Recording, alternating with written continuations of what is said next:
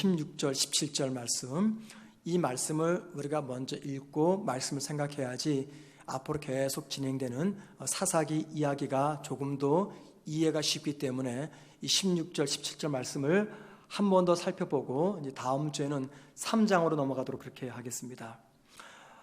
사사들은 하나님께서 선택해서 세우신 이스라엘의 지도자입니다. 특별히 이스라엘 백성이 가나안 사람들로부터 고통을 당할 때 그 고통의 소리를 듣고 보신 하나님께서 이스라엘을 고난 중에서 구하기 위해서 특별히 선택해서 세운 사람이 바로 사사들입니다. 이스라엘은 사사들이 살아있는 동안에는 하나님을 잘 숨겼습니다.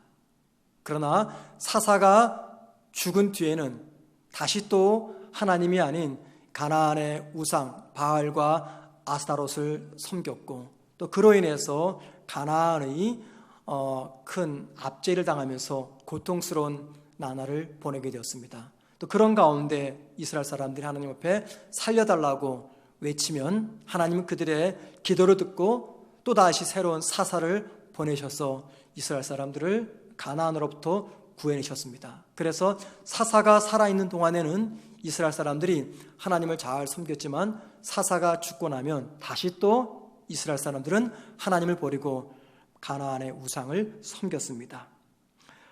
사사기는 이런 이야기들로 가득 차 있습니다.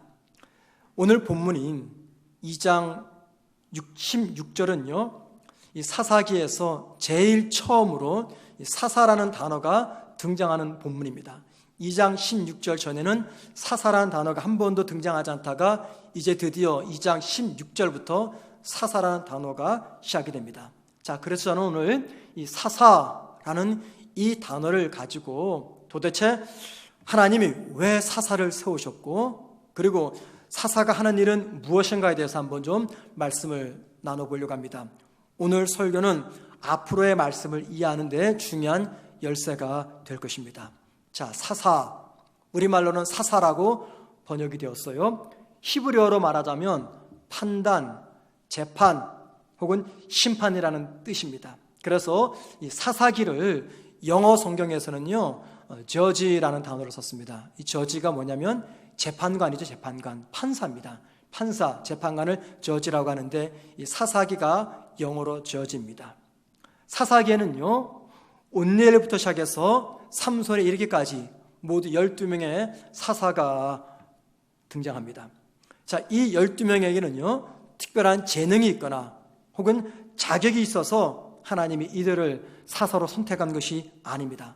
우리가 앞으로 이 12명을 하나하나 살펴보겠지만 12명 모두 다 아무런 능력도 자격도 없는 영적 약골이었습니다. 그럼에도 불구하고 하나님은 그들을 사사로 선택을 하신 거죠.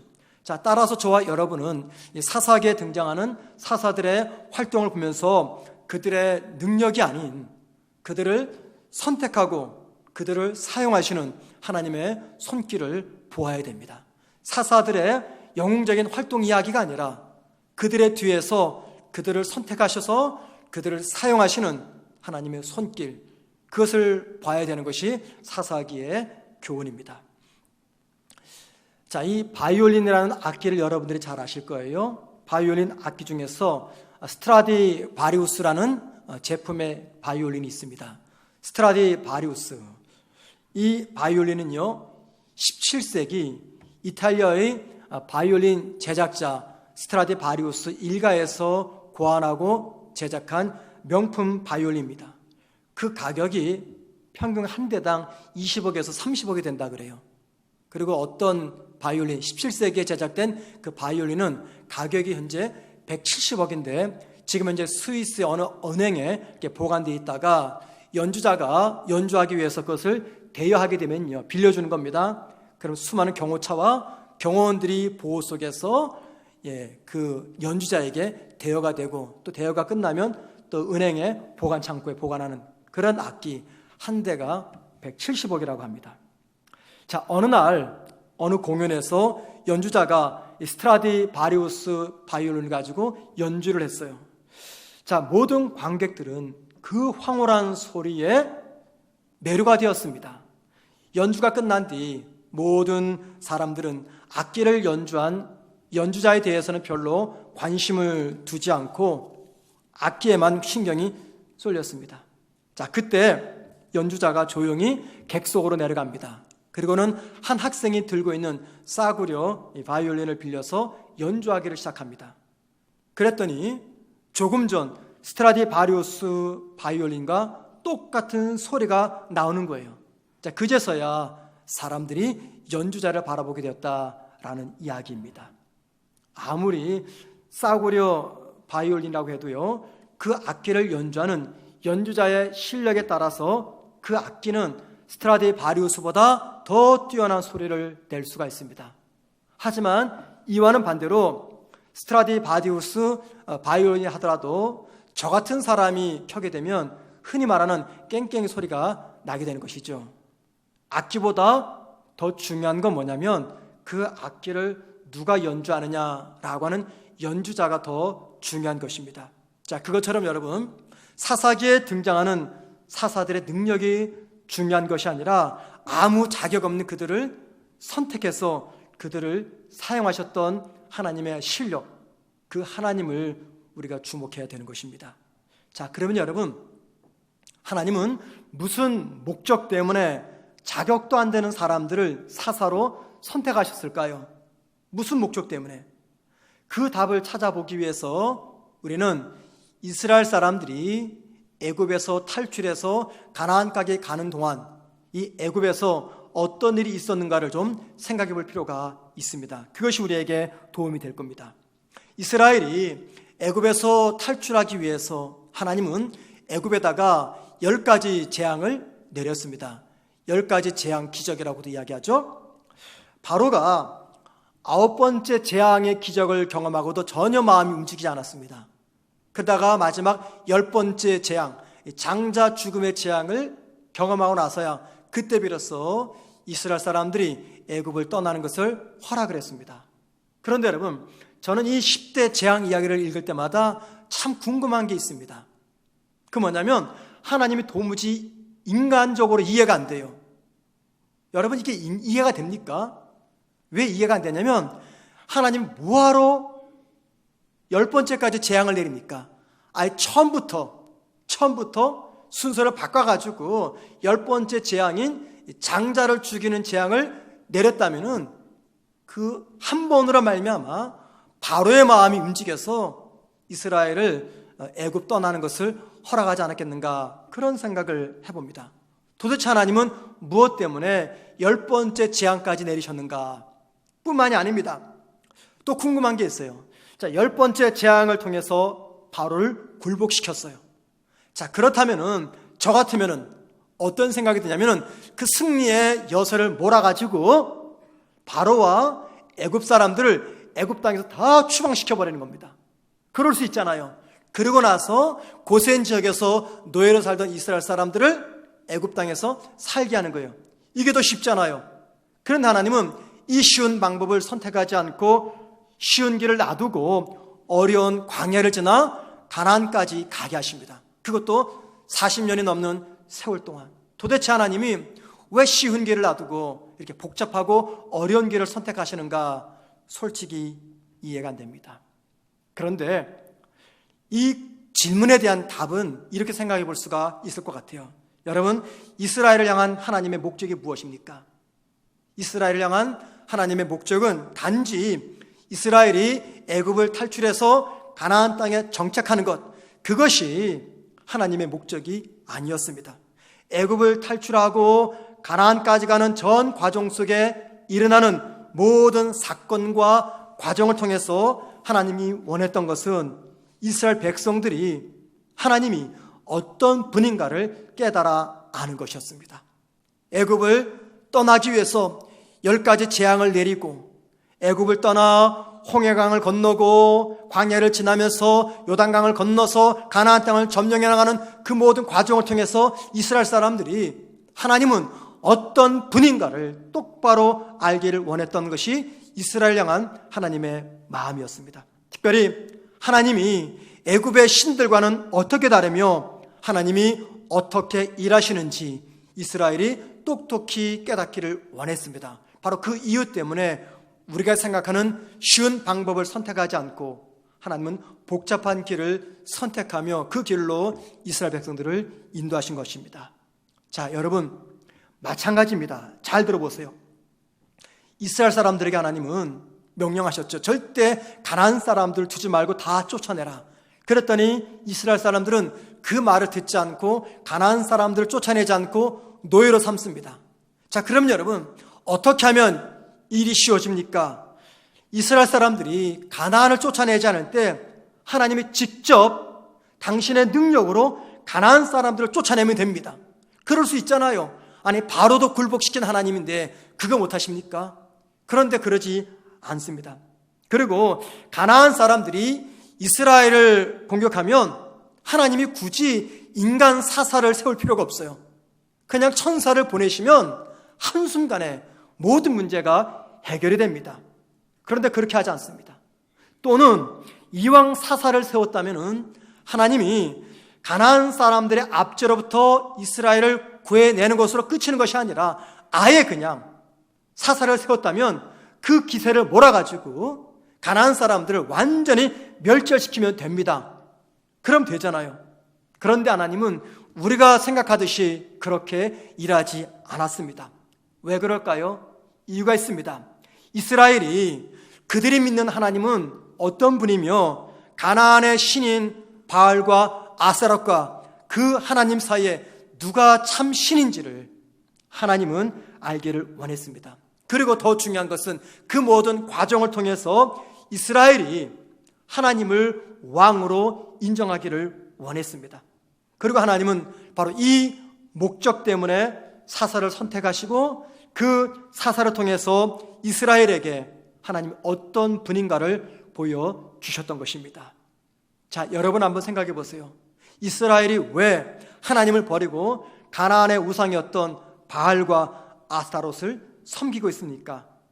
그건 너무 쉬운 이유입니다. 그 뭐냐면 그것들이 하나님보다 더 능력이 있어 보였고 하나님을 섬기는 것보다 그것들을 섬기는 것이 더 좋아 보였기 때문입니다. 자, 그렇다면은 하나님이 어떻게 일을 하시면 됩니까? 하나님이 바알과 아스타롯보다 더 능력이 있고 하나님을 섬기는 것이 훨씬 더 좋다는 것을 이스라엘 사람들에게 보여주시고 알려주시면 됩니다. 그리고 하나님은 그 일을 위해서 사사들을 선택하신 겁니다. 사사가 존재했던 이유는 바로 그것 때문이었어요. 하나님은 그래서 사사를 통해서 당신이 가나안의 우상들보다 어떻게 다른지 알게 하셨습니다. 하나님은 이 사사를 통해서 하나님을 섬기는 것과 바알과 아스타롯을 섬기는 것 중에서 어떤 것이 더 나은지를 알려주셨습니다. 자, 그러니까 여러분, 이스라엘의 입장에서 볼 때 사사는 누구냐면 잘 들어보세요.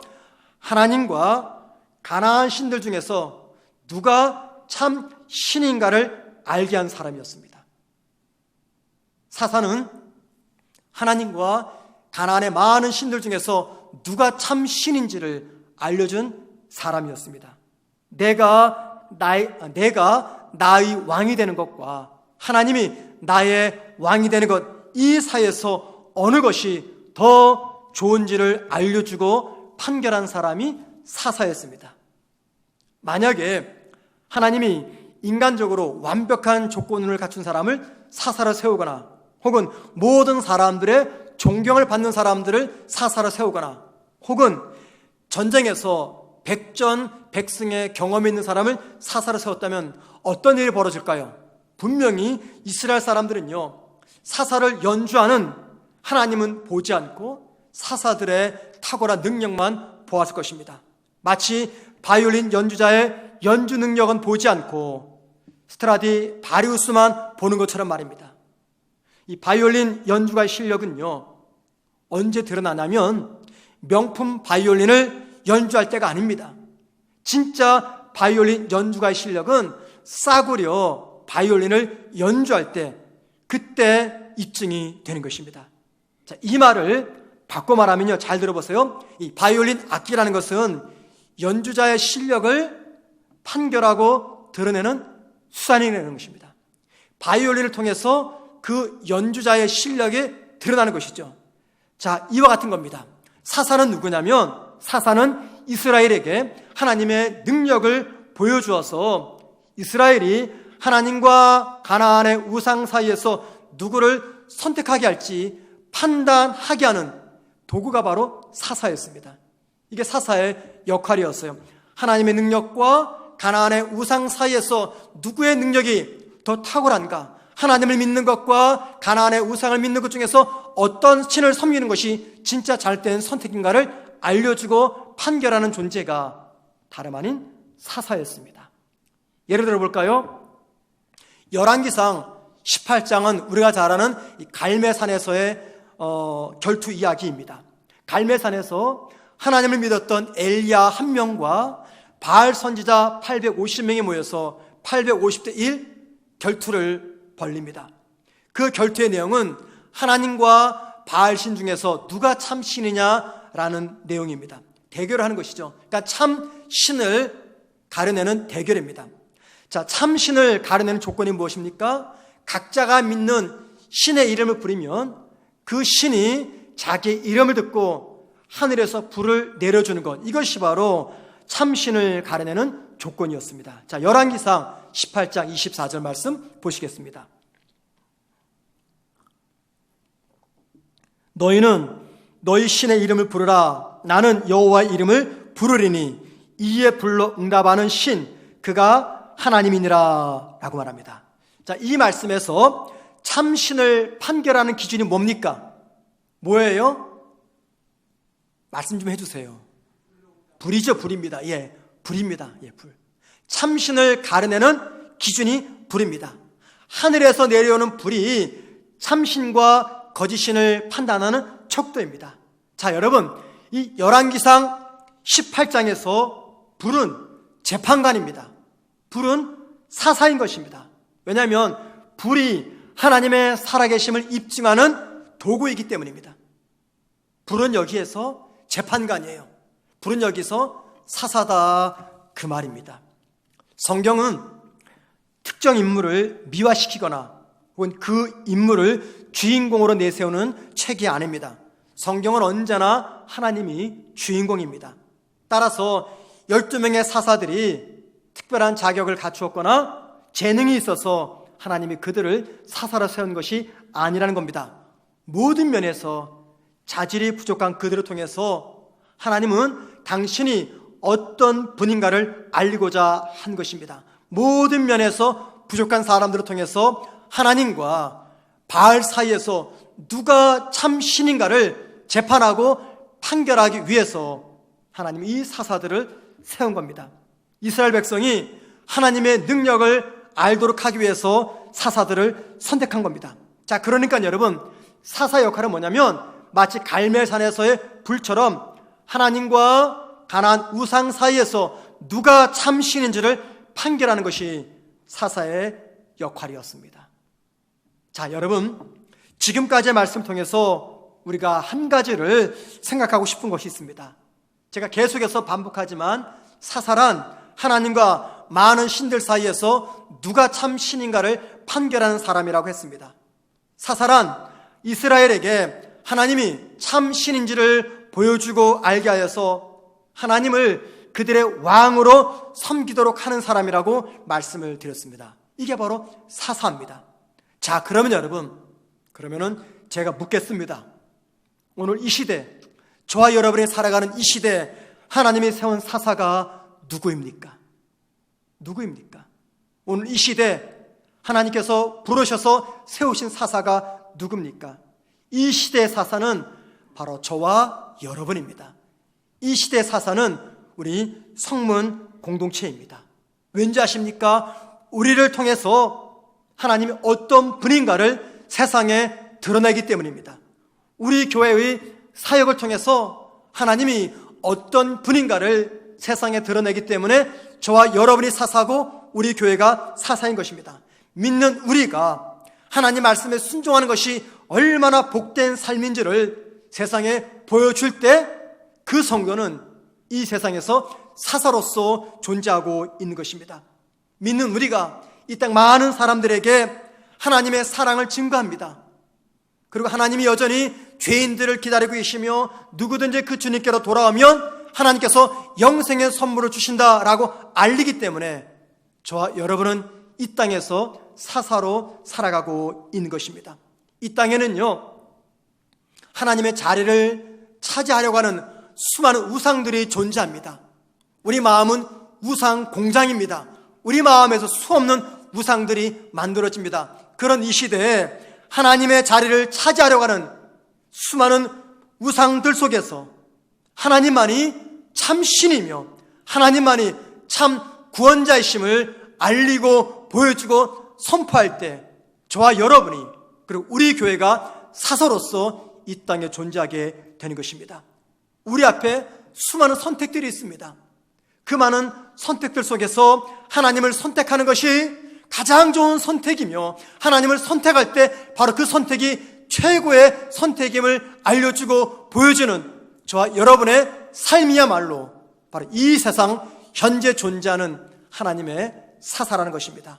하나님이 이 사사의 삶을 살도록 하기 위해서 오늘 저와 여러분에게 믿음을 주셨고 우리 교회를 세우셨고 이 땅에 존재하게 하신 겁니다. 그래서 누가 뭐래도 저와 여러분은 사사로서 이 땅에 살아갑니다.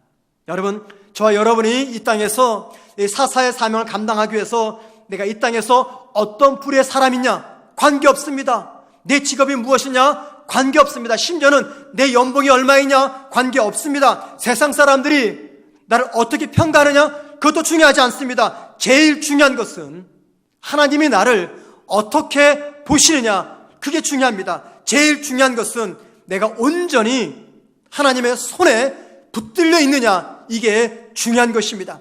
하나님이 왕으로 다스리시는 하나님의 나라가 이 땅에 우리 가정에 내 직장에 우리 학교에 우리 교회에 내가 속한 그 사회에 간절히 임하기를 소망하는 그런 마음이 나에게 있다면 하나님은 그 심령을 이 시대에 사사로 사용하신다는 것입니다. 여러분, 내가 누구이며 무슨 일 하든지 관계없습니다. 하나님이 왕으로 다스리는 하나님의 나라를 꿈꾸면서 하나님의 영광을 위해서 살고자 하는 간절함이 있을 때 하나님은 그 성도를 이 시대의 사사로 부르십니다. 그 성도를 하나님은 이 시대의 사사로 사용하시게 되는 것입니다. 언젠가 우리 교회 남자 청년과 함께 차 한 잔을 마실 기회가 있었습니다. 그 청년이 저한테 그런 말을 해요. 목사님, 저 신학을 공부하고 싶은 마음이 있습니다. 제가 가슴이 철렁했습니다. 얘가 또 신학교 갔는 말인가. 제가 왜 신학을 하려고 하느냐 물어봤어요. 그랬더니 영혼을 섬기고 싶다는 겁니다. 영혼을 섬기고 싶은 마음이 있기 때문에 신학을 공부하고 싶습니다. 그래서 제가 그랬어요. 얘야, 신학을 공부하지 않고 목사가 안 되어도 평신도로서 얼마든지 영혼을 섬길 수가 있다. 그러니 신학 공부하고 목사 되려고 생각하지 말어. 제가 이야기를 했어요. 그랬더니 그 청년이 대답하기를 자기는 하나님의 말씀으로 영혼을 섬기고 싶다는 겁니다. 참 제 마음에 얼마나 큰 감동이 있든지 야, 이게 참 쉬운 고백이 아닌데 하나님의 말씀으로 영혼을 섬기고 싶대요. 제가 더 한 번 이렇게 이야기를 했습니다. 내 앞에 수많은 선택들이 놓여 있다. 그런데 무엇 선택하든지 다 잘 되는 선택들이야. 그 중에 하나가 너가 신학을 공부하고 목회자가 되고 싶은 그런 선택인데 그 많은 선택들을 다 포기하고 신학을 공부하고 목회자가 되지 않으면 내가 답답해서 죽을 것 같으면 목회 위에는 그 어떤 곳에서도 내가 진정한 삶의 의미와 목적을 찾지 못하겠다면 내가 목사가 되지 않으면 내가 신학을 공부하지 않으면 답답해서 견딜 수 없고 죽을 것 같다면 그러면 해라. 제가 그런 이야기를 했습니다. 자, 여러분, 만약에 하나님이 이 시대의 사사를 찾고 계시다면 어떤 사람을 사사로 선택할까요? 사사의 자격을 완벽하게 갖춘 사람은 결코 아닐 겁니다. 왜냐하면 어차피 하나님은 사사의 직분을 감당하기 위해서 하나님의 능력을 그 사람들에게 주시기 때문에 얼마나 내가 완벽한 자격과 조건을 갖췄느냐, 그것은 절대적인 기준은 되지 않을 겁니다. 하나님이 사사로 선택하는 사람은 결코 똑똑한 사람은 아닐 겁니다. 세상적으로 잘 나가는 사람도 아닐 겁니다. 하나님께서 사사로 선택하신 사람은 다름 아닌 하나님의 손에 잘 붙들리는 사람일 겁니다. 하나님의 손에 잘 붙잡히는 사람. 여러분, 그렇다면 어떤 분이 하나님의 손에 잘 붙잡힐까요? 어떤 분이 하나님의 손에 잘 붙들릴까요? 하나님과 같은 꿈을 꾸는 사람입니다.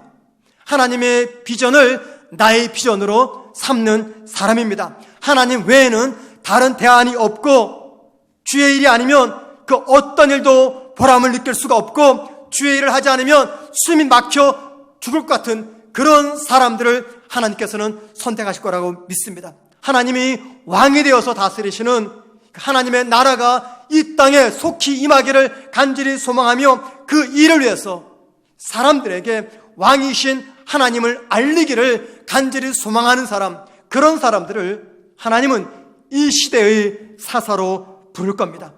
하나님을 선택하는 것 말고는 다른 대안이 없고, 하나님 외에는 다른 기쁨이 없고, 하나님을 따르는 것이 가장 좋은 길이라고 고백하는 성도들, 그런 성도들을 하나님은 이 시대의 사사로 부르실 겁니다. 자, 그렇다면 여러분, 저와 여러분은 어떤 모습으로 우리 주님 앞으로 나아가고 있습니까? 여러분, 우리 삶 가운데 하나님 외에 다른 대안이 없습니까? 우리 삶 가운데 하나님 외에 참된 기쁨이 없습니까? 우리 삶 가운데 하나님을 따르는 것이 가장 좋은 길이라고 고백하십니까? 하나님의 꿈이 나의 꿈이며 하나님의 비전이 나의 비전이 된다고 고백을 하십니까? 주님의 말씀이라면 내가 어떤 것도 순종하며 나아가겠다고 고백하십니까? 하나님이 왕이 되어서 다스리시는 이 땅, 하나님이 통치자가 되어서 다스리시는 하나님의 나라가 우리 가정에 임하고 내 직장에 임하고 내가 서 있는 그곳에 임하는 것이 가장 큰 소망이 되어서 이 땅 사람들에게 왕이신 하나님을 선포하는 것, 그것을 내 인생의 가장 큰 목적으로 삼고 살아가십니까? 하나님은 그런 사람들을 이 시대에 사사로 부르시고 사용하고 계십니다. 여러분, 저와 여러분을 하나님은 이 시대의 사사로 부르기를 원하십니다. 우리가 하는 일이 무엇이든지 그 일을 통해서 세상 사람들에게 하나님이 어떤 분인가를 보여주기를 원하십니다. 하나님과 세상의 선택길 속에서 하나님을 선택하는 것이 가장 복된 선택임을 저와 여러분의 삶을 통해서 보여주기를 원하십니다. 수많은 우상이 난무하는 이 세상 속에서 하나님만이 참된 신이심을 저와 여러분을 통해서 세상 사람들에게 똑똑히 보여주기를 원하십니다. 그래서 그 일을 감당하라고 하나님 오늘도 저와 여러분을 내가 살아가는 삶의 그 자리에 사사로 부르셨습니다. 여러분, 세상은 저와 여러분을 통해서 하나님을 바라봅니다. 사람들에게 하나님을 알려주는 것, 그게 바로 저와 여러분의 사명입니다. 그래서 저와 여러분은 이 시대의 사사들입니다. 우리 가정에서 우린 사사입니다. 내 직장에서 우린 사사입니다. 이 학교에서 난 사사고요. 이 세상에서 우리는 하나님께서 부르셔서 세우신 사사로서 살아가고 있는 것입니다. 이 시간 함께 기도하실 때 분명한 내 믿음의 정체성을 기억하며 회복하는 시간이 되었으면 정말 좋겠습니다. 하나님, 내가 어느 곳에 있든지 사사로서 살게 하시고 잊고 있었던 내 중요한 이 사명을 다시 한번 붙드는 그런 시간 되게 없어서 기도하며 나아가는 저와 여러분 되기를 주님의 이름으로 축원을 드립니다.